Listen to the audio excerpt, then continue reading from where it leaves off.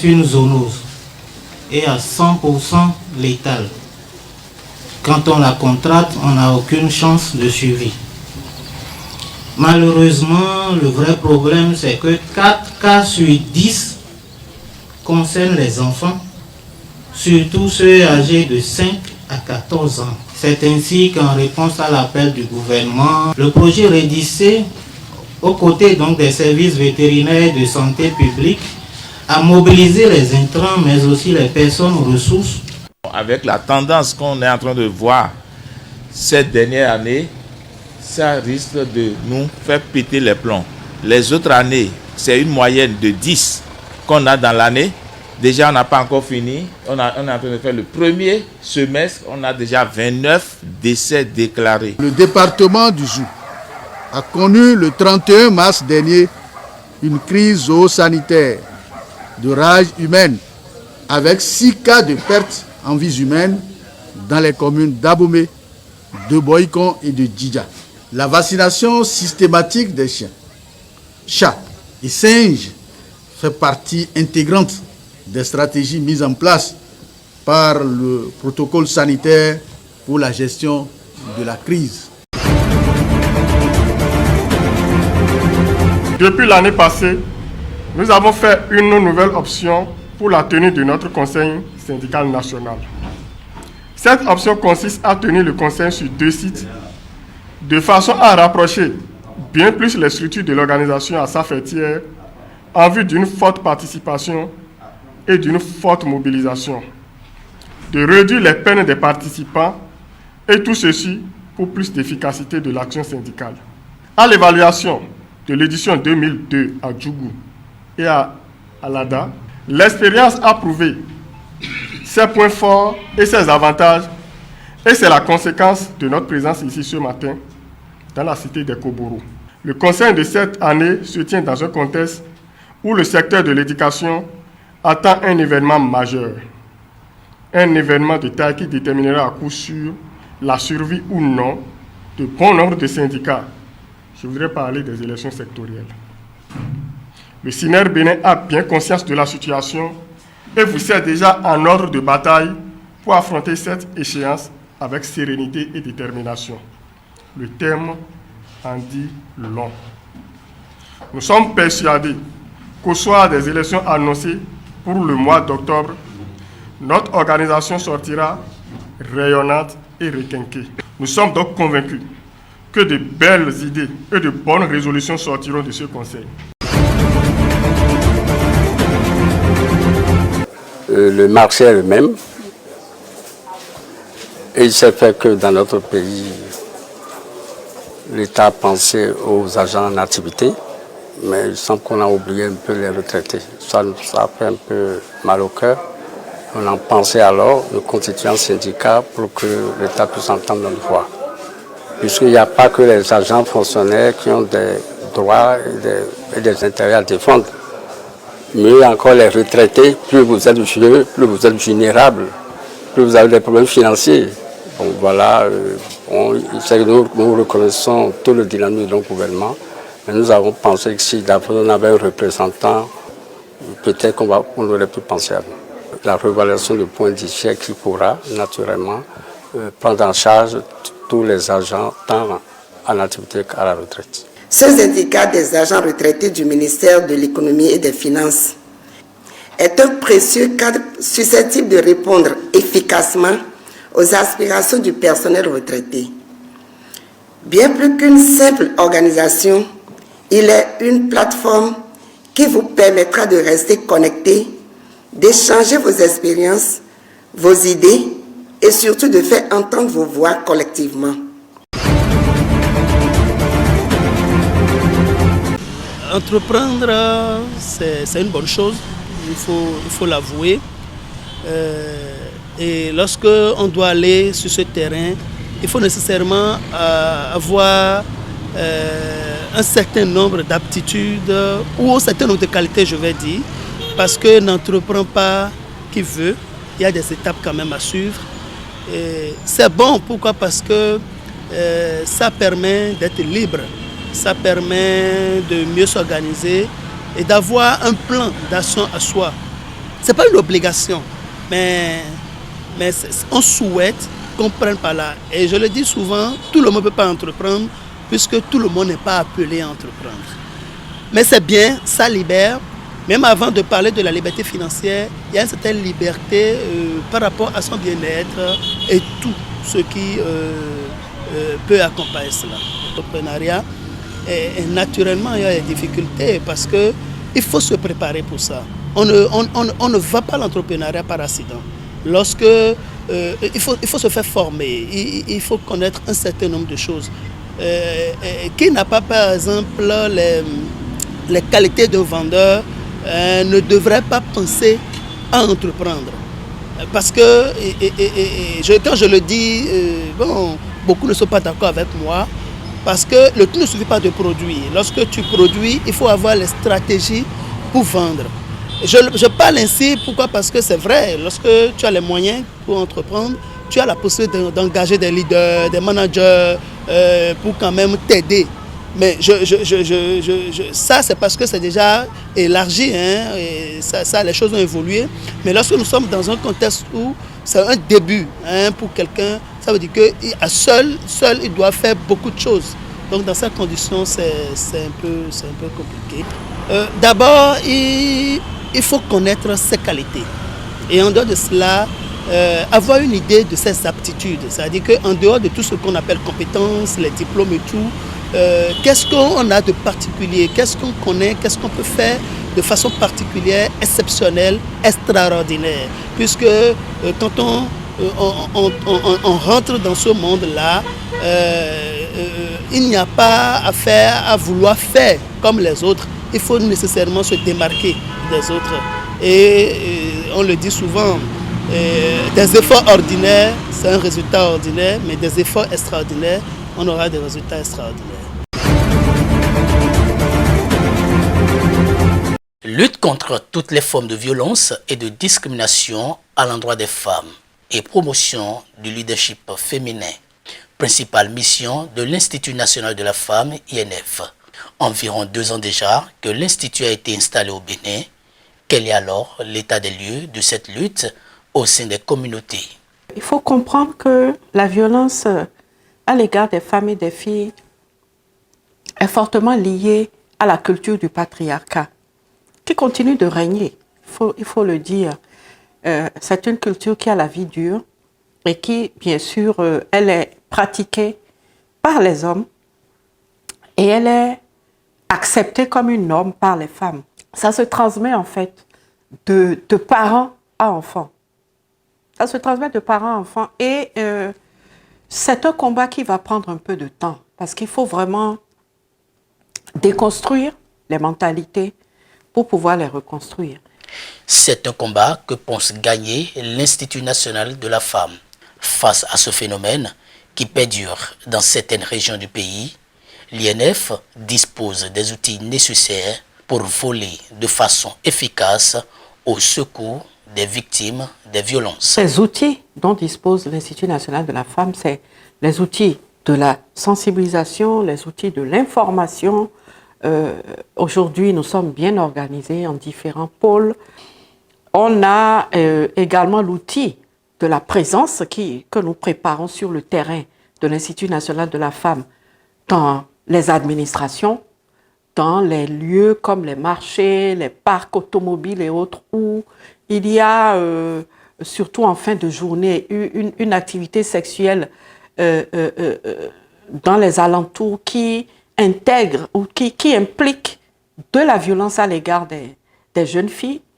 La présence de l'Institut national de la femme au niveau arrondissement, au niveau commune, au niveau départemental, et donc avec des relais qui vont être des observateurs, des dénonciateurs et également des personnes qui vont intervenir dans la prévention. Occasion pour la présidente de l'Institut national de la femme d'inviter les uns et les autres à une participation citoyenne dans cette lutte commune, celle qui consiste à obtenir zéro violence basée sur le genre au Bénin. Ce combat est un combat de longue haleine, mais si chacun y met du sien, il y a des batailles que nous gagnerons plus vite. Il y a un capital humain à qui nous allons permettre de se déployer pour le bien de notre pays.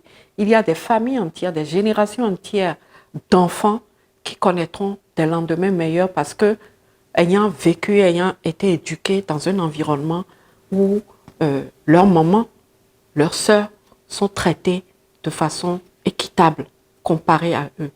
C'est ce que je demande pour notre pays. Pour rappel, l'INF dispose d'une cellule d'écoute chargée de recueillir les plaintes des femmes et d'un fonds d'assistance aux victimes des violences. Je lirai cette décision de deux points de vue. De première part, c'est le succès remarquable de la zone de développement industriel de Golo-Djigbe. Remarquable à telle enseigne que chacun de nos concitoyens aujourd'hui peut le voir et en témoigner. Des observateurs étrangers ou des responsables étrangers en visite chez nous, pour en avoir entendu parler également, montrent tout leur intérêt et parfois leur convoitise pour ce qui se fait à Golo-Djigbe. Ce qui veut dire que c'est un projet à la réussite évidente. Mais de seconde part, c'est aussi le sens d'anticipation du gouvernement.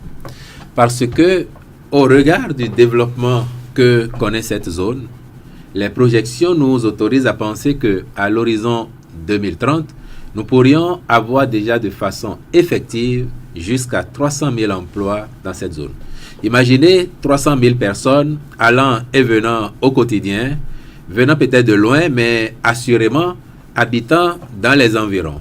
Ce qui veut dire que, si rien n'est fait, l'appétit foncier de tous ceux qui auraient le sens de l'anticipation ou de tous ceux qui déjà aujourd'hui ont des disponibilités foncières autour pourrait les amener à ériger des bâtiments à vocation d'hébergement. Et si rien n'est fait, une certaine anarchie pourrait s'observer dans l'occupation de cet espace. De même, imaginez aujourd'hui, si vous connaissez bien la zone, vous voyez qu'il y a la voie principale qui passe par devant, mais il y a une voie qui contourne un peu comme une rocade pour y entrer ou pour en sortir. Ce qui veut dire que nous anticipons sur le trafic. Mais imaginez un peu que dans 10 ans, nous soyons peut-être à un trafic quotidien de plusieurs centaines, voire milliers de camions qui sortent ou qui y vont. Alors que nous aurions dimensionné cette route pour moins que ça. Mais il est utile donc d'envisager demain et de dire, dans cette zone-là, voici la portion stratégique, voici la portion non constructible, pour que les uns et les autres, en s'installant, parce qu'ils veulent gagner de l'argent, parce qu'on veut être plus proche de son lieu de travail, parce qu'on veut des commodités, tiennent compte de cette dynamique. De sorte que si, par exemple, demain, on a besoin d'élargir la voie qui contourne la principale, que cela se fasse aisément. Si on a besoin éventuellement même d'agrandir la principale pour les besoins de la cause, que cela aussi puisse se faire. Donc, je parlais de sens d'anticipation. Et vous avez vu que on a indiqué que cela va se faire sur un horizon de 15 ans. L'occupation, l'organisation de l'environnement autour de la GDIZ, pour que, mais vraiment, à moyen terme, on ait une vue globale sur ce que pourrait être le développement autour de la zone de développement industriel de Golo-Djigbe, pour que les uns et les autres vivent dans la localité sans trop de désagréments. Ainsi, l'État aura anticipé les désagréments futurs qui seraient liés à une occupation anarchique des lieux et au développement exponentiel que pourrait connaître cette zone de développement industriel. Suite à une demande de la junte malienne, le Conseil de sécurité de l'ONU avait mis un terme immédiat le 30 juin à la mission de maintien de la paix au Mali, la MINUSMA, prévoyant un retrait de ses quelques 13 000 militaires et policiers d'ici le 31 décembre 2023. Une opération délicate suivant un calendrier d'une complexité sans précédent. Des empires de la MINUSMA à l'État malien, qui commence dès le 1er septembre 2023, doit s'exécuter suivant le chronogramme convenu. Autant nous sommes ouverts au dialogue pour régler pacifiquement les questions ponctuelles qui peuvent se poser, Autant nous tenons au respect strict des délais convenus pour le transfert des camps de Tessalit, d'Aguelok et de Kidal à l'État du Mali. Je tiens à rappeler que le gouvernement du Mali n'envisage pas de prorogation du délai de départ de la MINUSMA au-delà de la date du 31 décembre 2023 fixée par la résolution 2690. Le chef de la mission de l'ONU au Mali, El Gassi Mohan, estime que la seconde phase du retrait de la MINUSMA sera extrêmement difficile du fait des conditions sécuritaires et logistiques. À ce jour, et nous restons sur la bonne voie pour la clôture de la mission d'ici au 31 décembre 2023. Toutefois, des difficultés se sont présentées dans la mise en œuvre de cette première phase du plan de retrait. À cet égard, l'expérience de la fermeture du camp de Ber a été révélatrice. Le dernier convoi de casques bleus, d'équipements et de matériel qui s'est retiré de Ber pour rejoindre la ville de Tombouctou a mis 51 heures pour parcourir les 57 km du trajet en raison de la nature du terrain qui est peu favorable, une situation aggravée par la saison des pluies et de l'insécurité. À ce jour, 1096 casques bleus avaient été rapatriés dans leurs pays respectifs. Ce retrait intervient dans un contexte de paralysie de l'accord de paix de 2015 et alors que certains camps de la MINUSMA qui doivent être remis aux autorités maliennes sont convoités par l'ex-rébellion.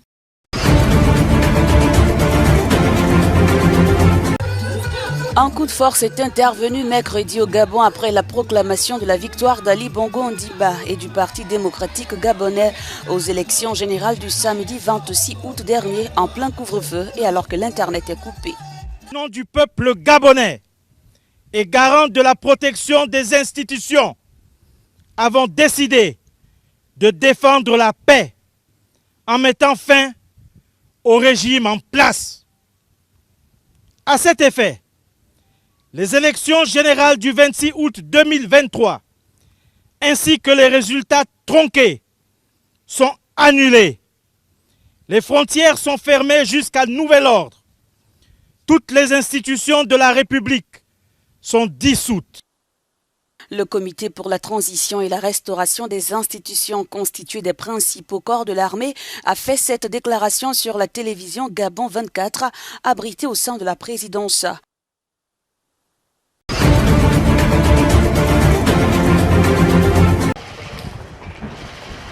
Des messages de félicitations pleuvent après la réélection d'Emmerson Mnangagwa pour un second mandat à la tête du Zimbabwe.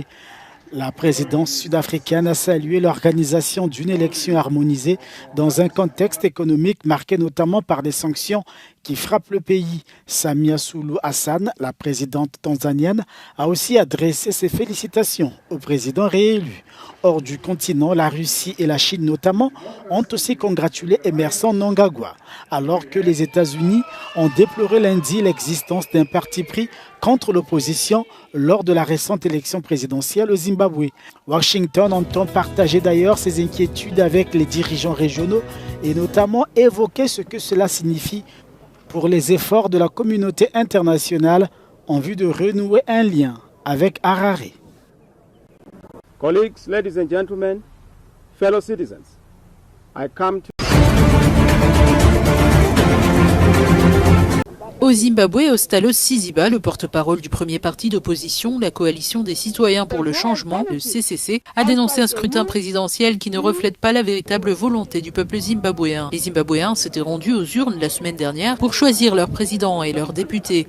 La bataille opposait principalement la ZANU-PF au pouvoir depuis l'indépendance en 1980 au triple C de Nelson Chamisa, avocat et pasteur de 45 ans. La seule résolution et la seule voie à suivre présentée par le CCC pour dissiper tout doute et toute confusion consiste à dire que le Zimbabwe a besoin d'une nouvelle élection juste et transparente pour sortir de la crise actuelle. Emmerson Mnangagwa a été réélu avec 52,6% des suffrages exprimés contre 44% en faveur de Chamisa, selon les résultats annoncés samedi par la commission électorale. Mais pour les opposants, Chamisa aurait gagné l'élection et ce décompte serait faussé. Il est clair et non négociable que nous ne pouvons pas nous contenter d'un dirigeant au Zimbabwe qui ne correspond pas à la véritable volonté démocratique du peuple zimbabwéen. Un dirigeant doit être issu d'un processus électoral légitime, car c'est cela la démocratie. Notre solution consiste à faire appel à nos frères africains et à ceux de la région, en particulier la communauté de développement de l'Afrique australe et l'Union africaine, afin qu'ils nous aident à faciliter, à arbitrer, à encadrer et surtout à garantir un processus qui conduira le pays vers la légitimité. Les observateurs internationaux ont souligné de graves problèmes affectant la transparence du scrutin. Des électeurs étaient introuvables sur les listes, d'autres ont été la cible d'intimidations dans ce pays déjà accablé par une longue histoire de scrutin entachée d'irrégularités.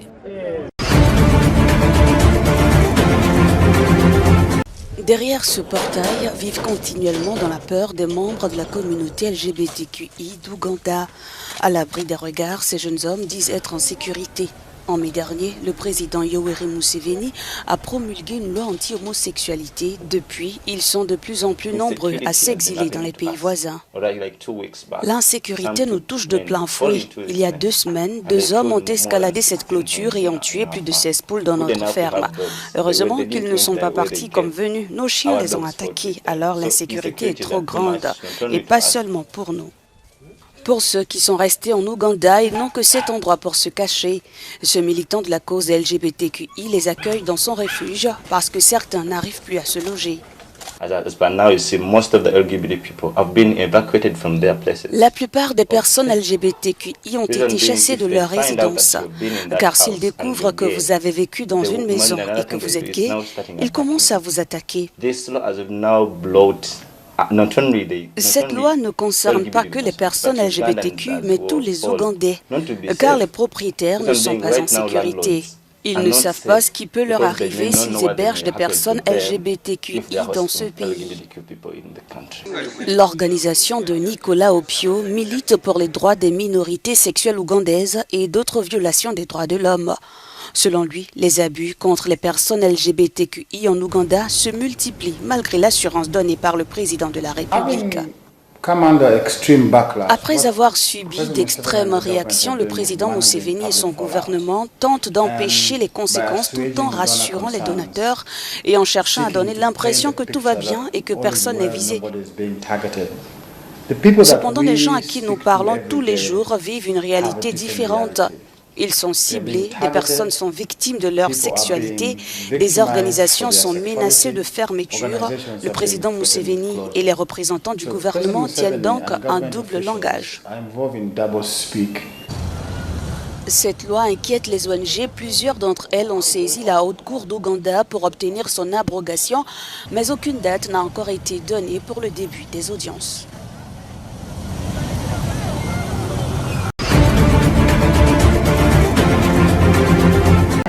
Des responsables politiques et des acteurs de la protection de l'environnement ont ouvert mardi à Kinshasa une réunion régionale consacrée aux moyens de conjuguer production alimentaire et conservation de la biodiversité dans le bassin du Congo, dans un contexte d'urgence climatique. L'idéal pour cette rencontre, pour nous, la société civile et notre partenaire AFSA, c'est arriver à mettre en place et à faire comprendre la communauté, les décideurs politiques, les populations autochtones, comment on peut arriver à réconcilier la production alimentaire et la conservation de la biodiversité en face des défis du changement climatique.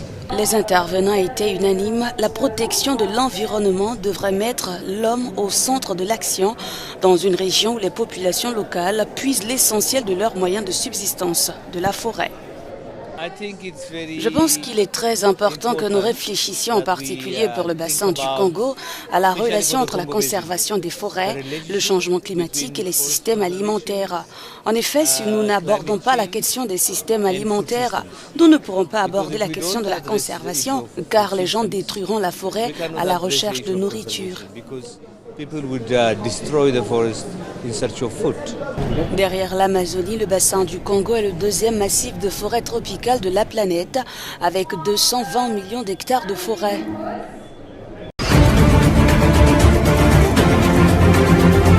Le général Abdel Fattah el-Burhan est en visite ce mardi en Égypte.